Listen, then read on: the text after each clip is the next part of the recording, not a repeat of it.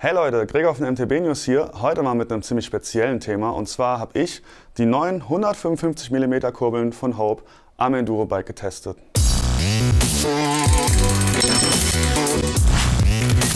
Zugegebenermaßen, ich fahre jetzt schon so über 15 Jahre lang Mountainbike. In der ganzen Zeit war die Kurbellänge echt kein großes Thema. Es war irgendwie immer klar, am Downhill-Bike 165 mm, am Enduro- und Trailbike so 170 mm und die meisten Cross-Country- und Tourfahrer setzen auf 175 mm lange Kurbeln. Das wird aber gerade so ein bisschen durcheinandergewirbelt. Alles angefangen hat eigentlich hier mit dieser Hope Evo Kurbel. Die gab es schon vorher. Seit letztem Jahr ungefähr wird die halt in super kurzen 155 mm angeboten. Ich habe hier eine 170 mm Kurbel daneben. Da sieht man schon einen recht großen Unterschied. Und ja, man verspricht sich davon verschiedene Vorteile. Der allergrößte und offensichtlichste ist natürlich die Bodenfreiheit. Mountainbiken, wir sind immer im Gelände unterwegs und egal ob man jetzt bergab oder bergauf fährt, sind die Kurbeln gerade mit modernen Bikes manchmal ganz schön nah am Boden dran. Und ja, je kürzer die Kurbel ist, desto angenehmer wird das natürlich. Hope selber, der Hersteller, gibt noch ein paar andere Vorteile neben der Bodenfreiheit an. Die sagen zum Beispiel, weil die Kurbel kürzer ist und man die Beine quasi weniger heben und senken muss, kann man so schneller von einer Kurvenlage auf die andere switchen. Sie sagen auch, mit der kürzeren Kurbel macht man einen geringeren Weg beim Treten und dann könnte man auch schneller, also von Downhill auf Uphill quasi schneller eine hohe Frequenz erreichen und auch da umswitchen. Und ja, bisschen offensichtlich, kleinere Kurbel, auch ein bisschen kleineres Kettenblatt, ist natürlich leichter, einfach weniger Material und sie sagen auch wegen dem geringen Hebel einfach ein bisschen steifer. Ja, apropos Gewicht, wir haben die Kurbeln gewogen, so wie sie hier ist, mit einem 30 Zähne Kettenblatt. Wiegt die kurze Kurbel 600 Gramm, die längere Kurbel ist 36 Gramm schwerer mit einem 32 Zähne Kettenblatt. Ist also jetzt kein riesiger Unterschied. Die Kurbel kostet nackt ohne Kettenblatt 340 €. Sie gibt es in den Längen 155, 165, 170 und 175 mm, also so die üblichen Längen plus eben das super kurze. Hope üblich ist sie in allen möglichen schicken Eloxalfarben erhältlich, auch wenn wir jetzt hier für unseren Test zu der schwarzen Variante gegriffen haben. Am Mountainbike ist das Thema 155 mm Kurbel wie gesagt ziemlich neu. Da sind uns tatsächlich die motorisierten Kollegen allerdings ein bisschen voraus. Es gibt schon länger verschiedene E-Bikes, die mit solchen kurzen Kurbeln ausgestattet werden. Das ist jetzt aber hier eine Mountainbike-Kurbel. Da man mit dem E-Bike ja auch oft in super technischem Gelände bergauf fährt, ergibt es ja auch irgendwie Sinn, dass die Bodenfreiheit echt super wichtig. Man braucht ein bisschen eine hohe Drehzahl, damit der Motor seine maximale Power liefert. Und ja, man hat eben auch den Motor, der einem hilft, bergauf zu kommen. Da kann man mit so einem kürzeren Hebel auf jeden Fall gut leben. Wir haben uns auch mal angeguckt, was sagt eigentlich die Wissenschaft zum Thema Kurbellänge? Warum fahren wir eigentlich am Trailbike 170 mm Kurbeln? Und da haben wir festgestellt, so richtig klar ist es auch nicht. Es gibt verschiedenste Studien. Manche haben irgendwie festgestellt, es gibt eine Korrelation zur Beinlänge, zum Beispiel so 20% der Beinlänge. Andere haben gesagt, nein, es ist egal, es gibt keine Korrelation. Klar ist irgendwie ganz extreme Werte, so über 200 mm Kurbellänge oder so 125 mm. Da gab es dann Tests, wo man mit verschiedenen Athleten die maximale Kraftentfaltung getestet hat. Und da ist die Leistung wirklich so ein bisschen abgefallen. Aber so in diesem Bereich 145 bis 180 mm ungefähr gibt es einfach keine großen Unterschiede. Warum fahren Trailbiker 170 mm Kurbeln? Das ist einfach ein Wert, der nicht hinterfragt wurde. Das ändert sich jetzt, es gibt hier diese 155 mm Kurbel. Wissenschaftlich gesehen sollte ich damit keine schlechteren Leistungswerte fahren. Das ist irgendwie eine subjektive Erfahrung und das ist genau der Grund, warum wir diesen Test gemacht haben. Ich bin hier mit dem Fahrrad hinter mir einen ganzen Sommer lang immer mehrere Wochen am Stück mit einer 170 mm Kurbel und dieser 155 mm Kurbel im Wechsel gefahren. Super technische Anstiege hoch, fast alles aus eigener Kraft. Und ja, dann erzähle ich euch jetzt mal, was meine subjektiven Eindrücke dazu waren.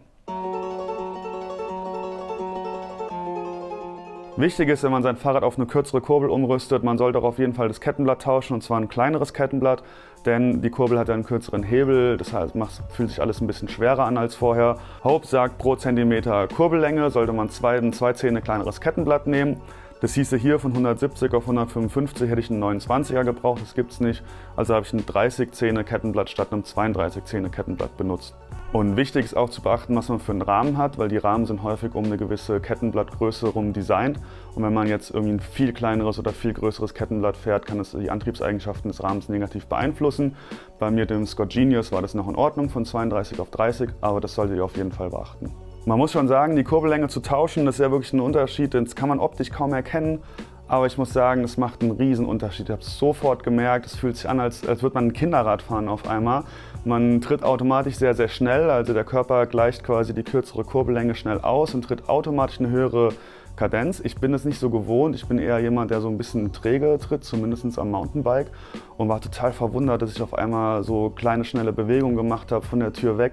Und es hat auch so ein bisschen gedauert, bis ich mich daran gewöhnt habe. Ich fand es am Anfang ein bisschen unangenehm. Mir hat es auch den Puls hochgetrieben, dass meine Beine sich so schnell bewegen. Ich bin immer mit Pulsmesser gefahren, das war dann merklich höher und ich habe mich auf den ersten Anstiegen nicht so angenehm gefühlt. Und ich weiß nicht, ob ihr das kennt, wenn man so einen langen Anstieg hat, man kommt irgendwann in den Rhythmus, in den Modus. Das kennt man schon seit Jahren und weiß, wie man fahren muss, und das hat es bei mir alles so ein bisschen durcheinander gebracht. Da habe ich mich aber nach einer Zeit dran gewöhnt. Ich muss auch sagen, dass meine Trittfrequenz wieder so ein bisschen in das alte Muster zurückgefallen ist, vielleicht ein Mühe schneller als vorher. Das hat aber mit der kürzeren Kurbellänge dazu geführt, dass ich so ein bisschen bergauf, ein bisschen mehr Druck auf dem Oberschenkel hatte. Wie gesagt, es ist ein geringerer Hebel, man muss mehr Drehmoment aufbringen, um bei gleicher Trittfrequenz quasi sich den Berg hinaufzuschieben. Und das habe ich immer gemerkt, dass ich so ein bisschen mehr Druck in den Oberschenkeln, mehr Druck in den Knien hatte. Es hat nie ganz aufgehört. Ich fand es nach ein paar Wochen oder mehreren Ausfahrten nicht mehr so unangenehm. Aber ich habe mich doch immer gefragt, ob es nicht mit den längeren Kurbeln wieder besser wäre, und fand es nie ganz ideal. Dann fällt einem auch auf, einen technischen Anstiegen ist natürlich die Bodenfreiheit, das ist unglaublich, das macht einen riesen Unterschied. Man kann auf einmal überall pedalieren, das ist wirklich angenehm.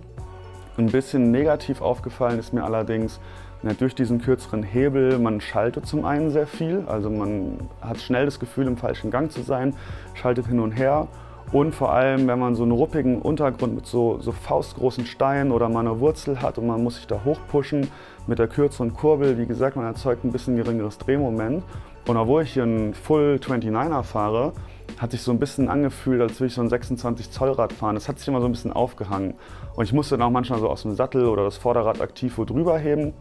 Und das ist mir brutal aufgefallen, als ich dann zurückgewechselt bin, wieder längere Touren mit der 170 mm Kurbel gemacht habe. Das war viel besser, war viel schaltfauler, und ich konnte auch mal so einen kurzen Gegenanstieg, den konnte ich einfach mal in einem bisschen zu schweren Gang durchdrücken, dann erzeugt man ein richtiges Moment, und mit der kurzen Kurbel habe ich halt die ganze Zeit geschaltet, immer hin und her.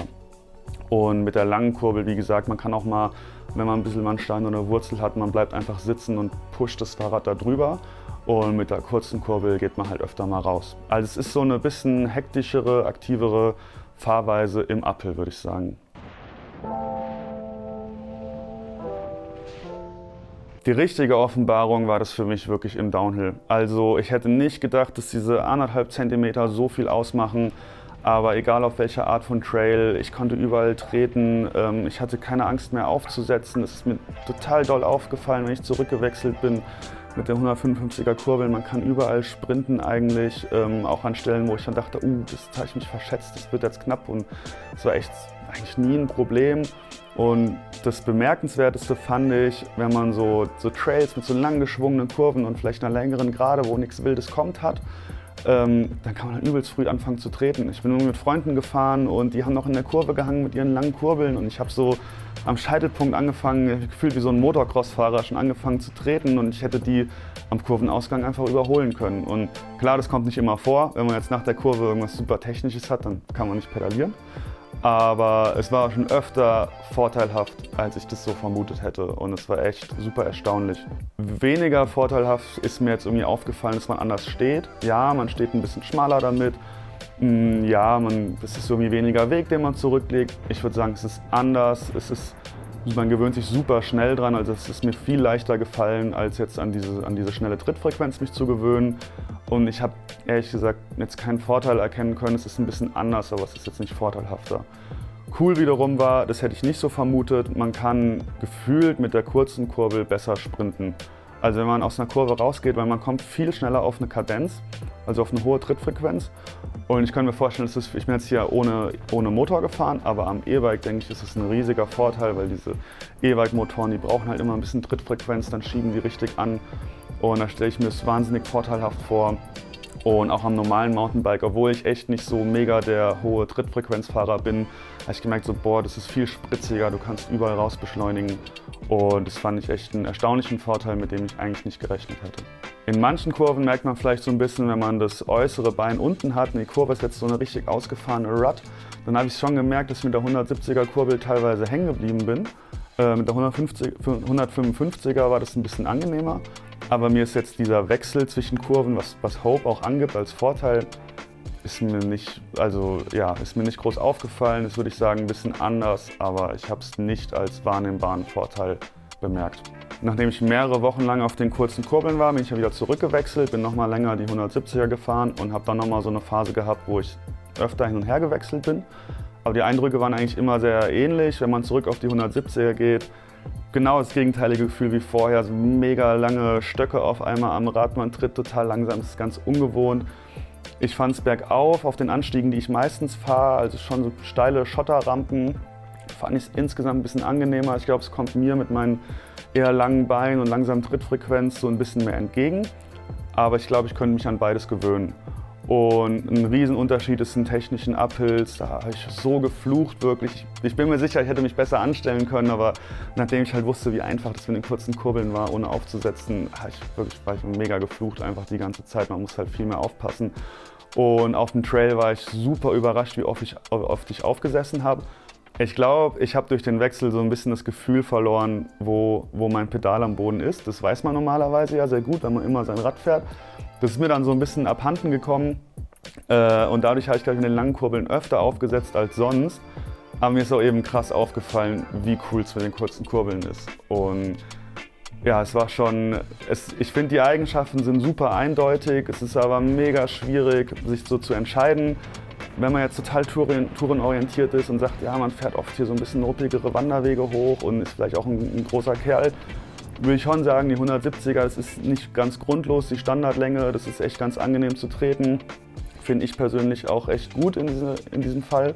Wenn man Downhill-Fahrer ist, ganz klar, mein nächstes Downhill-Bike kriegt auf jeden Fall 155er Kurbeln. Ich sehe keinen Nachteil, ich finde es saucool mit dem Sprinten, mit der Bodenfreiheit, sehe ich keinen einzigen Nachteil. Ja, und wer so dazwischen ist, da musst du ein bisschen überlegen, was man für einer ist. Wenn man eine schnelle Trittfrequenz an den Tag legt, vielleicht so ein bisschen nervöser, spritziger Fahrer, kann ich mir sehr gut vorstellen, dass es auch für viele Trail-Enduro-Fahrer und vielleicht sogar Cross-Country-Fahrer cool ist. Aber da muss man sich selbst so ein bisschen einschätzen, was man eben für ein Fahr- und Körpertyp ist. Und für mich persönlich kann ich sagen, ich bin mir selbst immer noch nicht sicher. Ich glaube, ich tendiere gerade zu den kürzeren Kurbeln, obwohl ich es eben im Uphill manchmal nicht ideal fand. Ich werde auf jeden Fall mal 165er Kurbeln erstmal an mein Enduro-Bike bauen und werde das vielleicht nochmal mit den 155er vergleichen. Aber ich glaube, das ist ein Ding, das kommt auf jeden Fall. Es macht für super viele Einsatzzwecke Sinn. Ich kann mir vorstellen, dass wir eine EWS sehen. Im Downhill-Weltcup haben wir es schon gesehen. Viele Downhill-Fahrer setzen jetzt drauf. Und ja, ich kann mir vorstellen, dass viel mehr Hersteller jetzt anfangen zu überlegen, was sie für eine Kurbellänge an ihren Bikes verbauen. Das war's von mir zum Thema 155 mm Kurbeln. Ich hoffe, ihr habt das Video informativ gefunden, euch hat es gefallen. Wenn ihr noch Fragen dazu habt, schreibt ihr auf jeden Fall hier unten in die Kommentare. Wir verlinken euch auch den super ausführlichen Artikel, den wir dazu geschrieben habt. Und ihr könnt ja mal selber eure Meinung abgeben. Was denkt ihr, 155 mm Kurbel setzt sich durch oder doch weiter die lange 170er? Oder was in der Mitte oder was ganz anderes? Schreibt es uns in die Kommentare auf jeden Fall. Wir freuen uns auf euer Feedback. Bis zum nächsten Mal.